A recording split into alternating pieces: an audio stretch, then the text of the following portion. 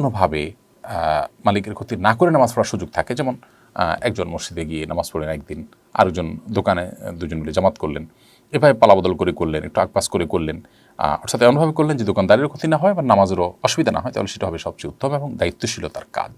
সাইদা ডালি আপনি লিখেছেন, আমি বোরকা পরে অফিস করি, কিন্তু অজুর জায়গাটা পুরুষ ও মহিলাদের একই জায়গায় হওয়ায় আমি হিজাবের উপর দিয়ে কানের পেছনে ও মাথা মাসে করি, আমার উজু হবে কিনা? হিজাবের ভিতর দিয়ে হাত ঢুকিয়ে আপনি মাথা মাসে করবেন, হিজাব মাথার উপরেই থাকবে, ভিতর দিয়ে শুধু হাতটা দিয়ে আপনি মাথা মাসে করবেন। উপর দিয়ে করলে আপনার সে মাথা মাসে হবে না, উজু হবে না, আপনাকে ভিতর দিয়ে বা চুলের উপরে আপনাকে মাথা মাসা করতে হবে।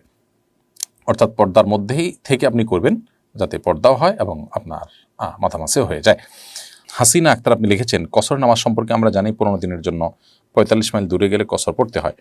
আমার জানার বিষয়, আমার দেশ থেকে 14 বা 15 দিনের ওমরার প্যাকেজ সৌদি আরবে নেওয়া হয়, উল্লেখিত দিনের জন্য সৌদি আরবে গেলে কি পুরো নামাজ আদায় করবো নাকি কসর আদায় করবো?